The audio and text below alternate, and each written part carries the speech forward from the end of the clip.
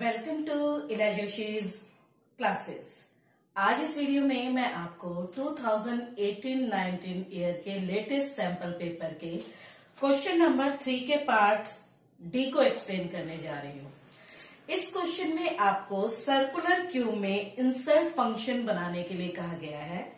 आपको क्वेश्चन में गिवन है right the definition of a member function insert player for a class CQ in C++ to add a player in statically allocated circular queue.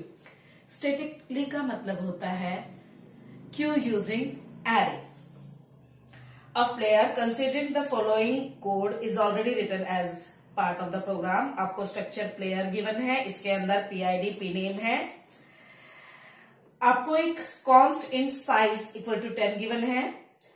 Class C Q के अंदर आपको player के type का एक array declare करके दिया गया है, फ्रंट दिया गया है, रियर दिया गया है। सी क्यू कंस्ट्रक्टर के अंदर फ्रंट और रियर को -1 पे सेट किया गया है। अब आपको इंसर्ट प्लेयर को डिफाइन करना है सर्कुलर क्यू में। बट बेटा ये क्वेश्चन बिगिन करने से पहले मैं एक बार आपको सर्कुलर क्यू का कॉन्सेप्ट एक्सप्लेन करने जा रही हूँ कि हम सर्कुलर क्यू को यूज क्यों करते हैं। देखो बेटा, जो नॉर्मल एरे होता है उसमें हम ये बात जानते हैं कि हमारे क्यू के 2 एंड होते हैं, फ्रंट रियर। अगर मेरे पास सपोज करो एलिमेंट्स है ये, तो मेरा फ्रंट होगा बिगिनिंग में और रियर की कहां पर होगा, एंड में। अब मुझे एक और एलिमेंट ऐड करना है तो रियर आगे मूव हो जाएगा, एक एलिमेंट और मूव करना ऐड करना है। आफ्टर दैट मैंने क्यू से 2 एलिमेंट को डिलीट किया। पहला एलिमेंट डिलीट किया तो फ्रंट यहां पे मूव हो गया, दैट मीन्स ये मेमोरी फ्री है। नेक्स्ट एलिमेंट रिमूव किया तो फ्रंट हमारा यहां मूव कर जाएगा। आप देख सकते हो हमारे एरे में 2 एलिमेंट के लिए फ्री मेमोरी है। बट इसके बावजूद जब हम इंसर्ट करने की कोशिश करेंगे तो जैसे ही हम रियर को इंक्रीज करेंगे वो क्या हो जाएगा, equivalent to size. That is the condition of overflow. That means हमारे पास 2 एलिमेंट की मेमोरी फ्री है, but still we are not able to insert a new element in this type of queue. ये इसकी एक डिसएडवांटेज है।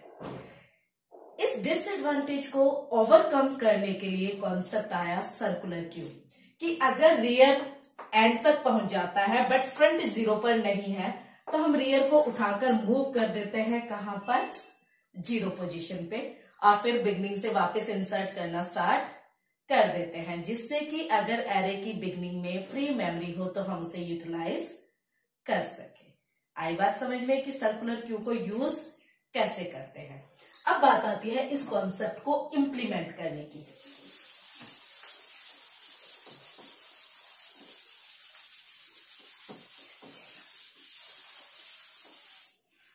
हम ये बात अच्छी तरह से जानते हैं, जब हम क्यू यूजिंग एरे में एक नया एलिमेंट ऐड करते हैं तो सबसे पहले हम चेक करते हैं कि हमारे एरे में फ्री मेमोरी है या नहीं। जो हमारी नॉर्मल क्यू होती है उसमें तो हम सीधा सीधा कहते हैं कि अगर रियर इक्विवेलेंट टू साइज हो गया है तो वो ओवरफ्लो है। लेकिन यहां पर हमारी पॉसिबिलिटी ये है कि हो सकता है एंड पे जाने के बाद रियर वापस बिगनिंग में मूव हो गया। तो हमारे पास ओवरफ्लो क्यू की 2 कंडीशन है, दोनों में से कोई भी एक कंडीशन ट्रू होती है तो हम उसे ओवरफ्लो कंसीडर करेंगे। पहली कंडीशन क्या, कि फ्रंट कहां पर है, 0 पे, एंड रियर +1 किसके इक्विवेलेंट है, साइज के। एक कंडीशन तो ये हो गई, यानी ना तो बिगिनिंग में मेमोरी है और ना ही एंड में मेमोरी बची है। या फिर रियर +1 इक्विवेलेंट हो जाता है फ्रंट के। इन दोनों में से कोई एक कंडीशन भी ट्रू हो जाती है तो ये इस बात का इंडिकेशन है कि हमारी क्यू ओवरफ्लो हो गई, हम इंसर्ट नहीं कर सकते हैं। ठीक है, लेकिन अगर इसके बाद हम दूसरी पॉसिबिलिटी देखते हैं कि अगर ये कंडीशन फॉल्स है, दैट मीन्स हम इंसर्ट कर सकते हैं। बट अब मुझे देखना है कि कहीं मैं पहली बार तो इंसर्ट नहीं कर रही हूं, क्योंकि अगर मैं पहली बार इंसर्ट करूंगी तो फ्रंट और रियर दोनों ही इंक्रीज होते हैं। अगर लाइन में एक ही बच्चा है तो वही पहला है वही आखिरी है, यानी अगर मैं क्यू में फर्स्ट टाइम इंसर्ट कर रही हूं तो फ्रंट और रियर दोनों सेम पोजीशन को होल्ड करेंगे। Now how would we come to know whether we are inserting first time or not. अगर रियर -1 है दैट मीन्स हमारी क्यू क्या है, एम्प्टी है।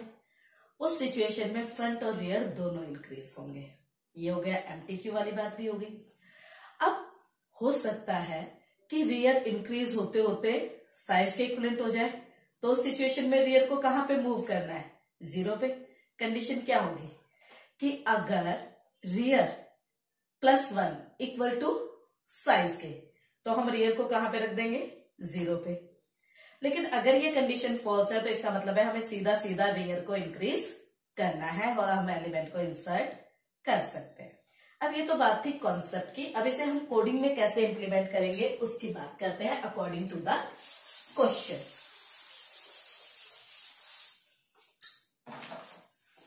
जैसे कि मैंने आपको पहले भी ये बात बताई है कि जब भी हम क्लास के किसी मेंबर फंक्शन को क्लास से बाहर डिफाइन करते हैं तो हमें कंप्लीट सिग्नेचर लिखना होता है। That includes functions returning type, insert player का रिटर्निंग टाइप है void, name of the class, आपकी क्लास का नाम है CQ, scope operator, name of the function, function name is insert player.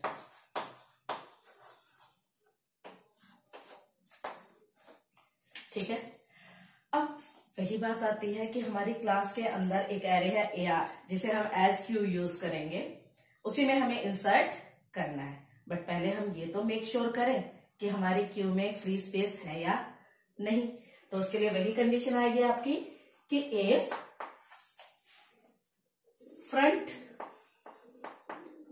Equal to 0, front equal to 0 and rear +1 equal to size, और rear +1 equal to front. इन दोनों में से कोई एक भी कंडीशन ट्रू हो जाती है तो ये इस बात का इंडिकेशन है कि हमारी क्यू क्या हो गई है, ओवरफ्लो हो गई है और हम इंसर्ट नहीं कर सकते हैं। कंट्रोल यहीं से वापस हो जाएगा। अब अगर ये कंडीशन भी फॉल्स होती है, अगर ये कंडीशन फॉल्स होती है तो अब मुझे ये देखना है कहीं मैं फर्स्ट टाइम तो इंसर्ट नहीं कर रही हूं, क्योंकि अगर मैं फर्स्ट टाइम इंसर्ट कर रही हूं तो रियर भी इंक्रीज होगा और फ्रंट भी इंक्रीज होगा। Else if rear equal to -1, अगर ऐसा है तो फ्रंट भी ++ एंड रियर भी ++। लेकिन अगर ये कंडीशन भी फॉल्स हो जाती है तो फिर हम देखते हैं कि कहीं रियर साइज के इक्विवेलेंट तो नहीं हो गया है। Else if rear +1 equal to size, अगर ये बात हो गई है तो हमें रियर को कहां पे मूव करना है, 0 पे, ताकि बिगनिंग वाली फ्री मेमोरी को हम यूज कर सके। लेकिन अगर ये सारी कंडीशन फॉल्स है दैट मीन्स हमें सीधा सीधा रियर को इंक्रीज करके एम्प्टी पोजीशन पर ले जाना है। अब इतनी कहानी करके रियर हमारा एम्प्टी पोजीशन पे आ गया है जहां पर हम नए एलिमेंट को स्टोर कर सकते हैं। बट बेटा यहां पर ध्यान देने वाली बात यह है कि जो मेरा एरे है AR, ये इंटीजर टाइप का नहीं है, ये प्लेयर स्ट्रक्चर के टाइप का है और इसकी हर पोजीशन पर 2-2 एलिमेंट स्टोर हैं और उन एलिमेंट्स के नाम है PID एंड PName। यानी जब आप AR की रियर पोजीशन पे इनपुट कराएंगे तो आपको 2 वैल्यू के लिए इनपुट कराना पड़ेगा। दैट मीन्स सेम AR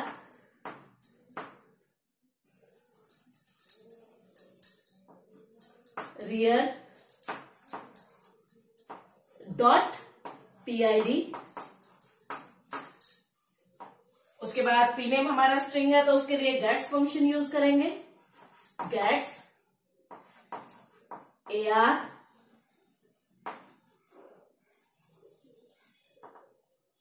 की रियर पोजीशन पे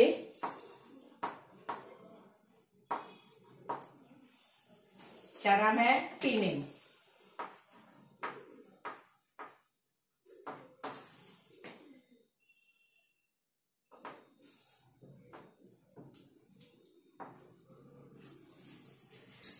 इस कोडिंग से एक नया एलिमेंट आपके सर्कुलर क्यू में ऐड हो जाएगा और आपके एरे की बिगनिंग में अगर कोई फ्री मेमोरी होगी वो भी यूटिलाइज हो जाएगी।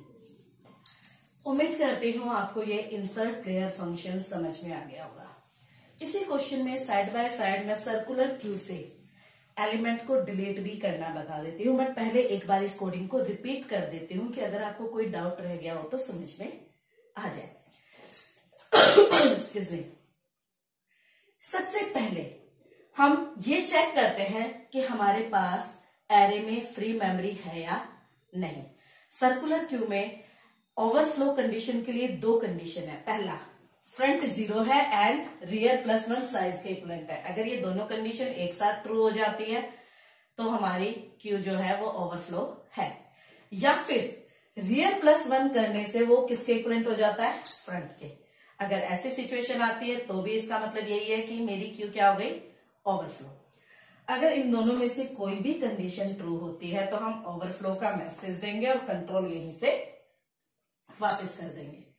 अब अगर ये कंडीशन फॉल्स है तो उसके बाद हम अगेन क्या चेक करेंगे कि कहीं मेरी क्यू एम्प्टी तो नहीं है, क्योंकि अगर मेरी क्यू एम्प्टी है तो उस सिचुएशन में फ्रंट और रियर दोनों को हम कहां पर मूव करेंगे, दोनों को हम मूव करेंगे बेटा 0 पोजीशन पे। इसीलिए फ्रंट को भी इंक्रीज किया और रियर को भी। लेकिन इसके बाद जब भी हम इंक्रीज या मूव करेंगे इंसर्ट के टाइम पे तो सिर्फ और सिर्फ रियर होगा, फ्रंट आपका फिक्स पोजीशन पे रहेगा।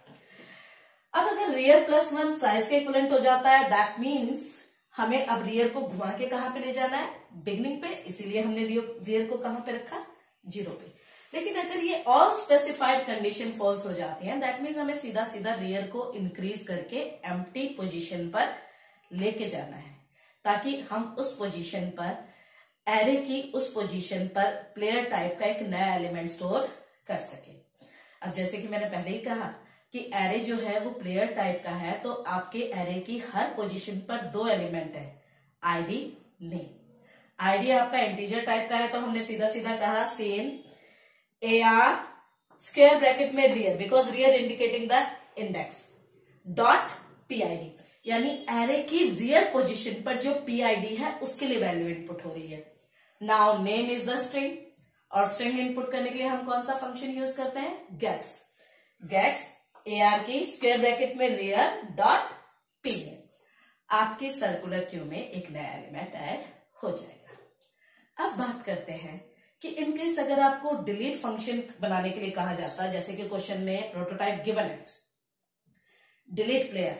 हालांकि आपको करना एक ही है, जो कहा जाए। इंसर्ट करने को कहा गया है, इंसर्ट करेंगे। डिलीट करने को कहा गया है, डिलीट। लेकिन मैं दोनों इसलिए एक्सप्लेन कर रही हूं कि इन केस अगर आपको एग्जाम में डिलीट फंक्शन दे दिया जाए तो उसे आप कैसे बनाएंगे वो भी आपको मालूम होना चाहिए। तो हम इसी क्वेश्चन का डिलीट फंक्शन भी बना के देखते हैं। जिस तरह से इंसर्ट करते वक्त हम ये मेक श्योर करते हैं कि हमारे पास फ्री स्पेस है या नहीं एलिमेंट को इंसर्ट करने के लिए, वैसे ही डिलीट करते वक्त बेटा हम ये चेक करते हैं कि हमारी क्यू में कोई एलिमेंट है भी या नहीं। अब चेक कैसे करेंगे, हमारे क्यू की बिगनिंग किसके पास होती है, फ्रंट के पास।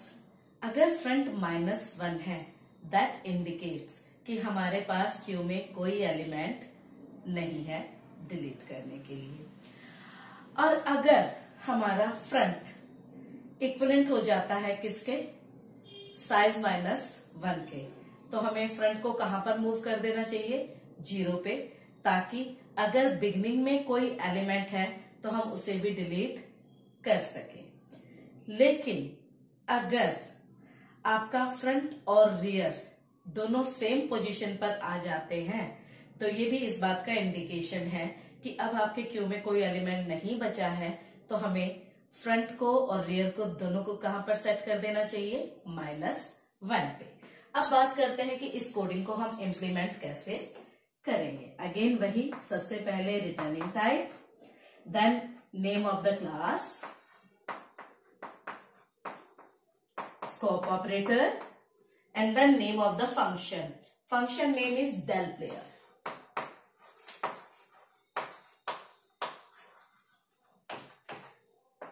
First of all, we need to check whether the queue is having the elements or not.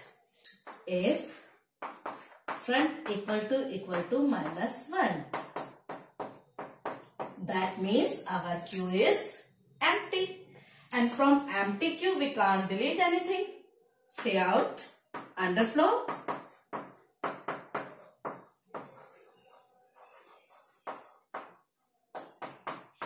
Control returns from here. आगे जाने की जरूरत ही नहीं है. अगर ये कंडीशन ट्रू हो जाती है, यानी हमारी क्यू में कोई एलिमेंट नहीं है, तो हम डिलीट नहीं कर सकते. आगे की कोडिंग एग्जीक्यूट नहीं होगी. कंट्रोल यहीं से वापस चला जाएगा. अब बात करते हैं कि अगर मेरा फ्रंट किसके इक्विवेलेंट है, साइज -1 के, तो हमें फ्रंट को कहां पर मूव कर देना चाहिए, 0 पे. If else if front equal to size, then front should be moved to 0. ठीक है. अगर आपकी ये कंडीशन भी फॉल्स हो जाती है, इसका मतलब है कि हम सीधा सीधा एलिमेंट को डिलीट कर सकते हैं. और एलिमेंट को हम डिलीट कहां से करते हैं, आपकी कौन सी पोजीशन से. एलिमेंट को हम डिलीट करते हैं आपकी फ्रंट पोजीशन से. यानी पहले आपके एरे की फ्रंट पोजीशन पर जो एलिमेंट है हम उसे डिस्प्ले कराएंगे, ताकि यूजर को ये मैसेज मिले कि जो हमने एलिमेंट डिलीट किया है वो कौन सा है. सी out AR A front.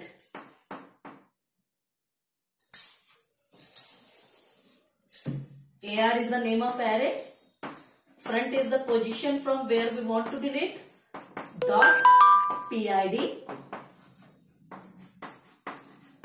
AR front dot pname.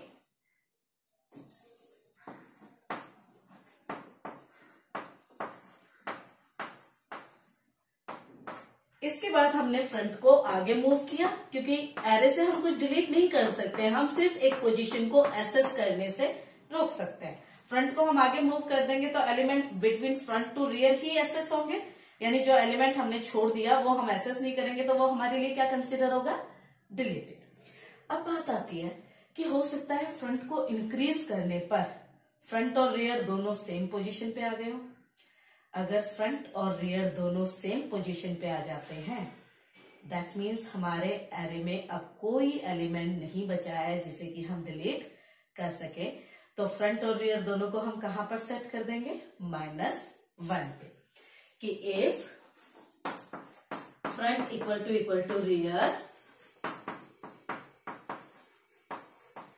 Then front and rear both will be move to -1.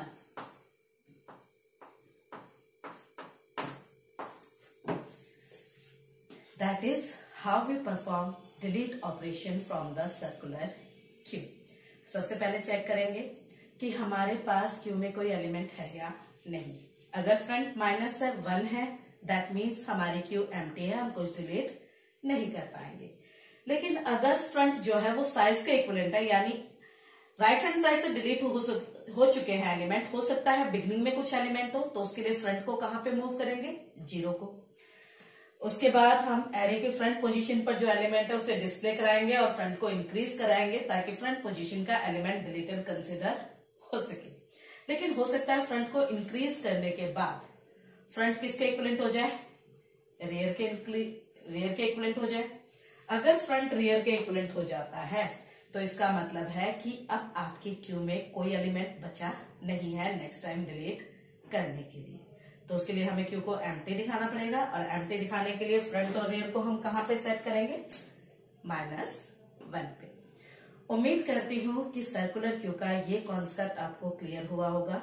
अगर आपको ये वीडियो अच्छा लगे तो आप इसे प्लीज लाइक करें, शेयर करें और मेरे चैनल को सब्सक्राइब करें. और नए वीडियोस की नोटिफिकेशन के लिए बेल बटन को प्रेस करना ना भूलें. Keep watching, keep learning.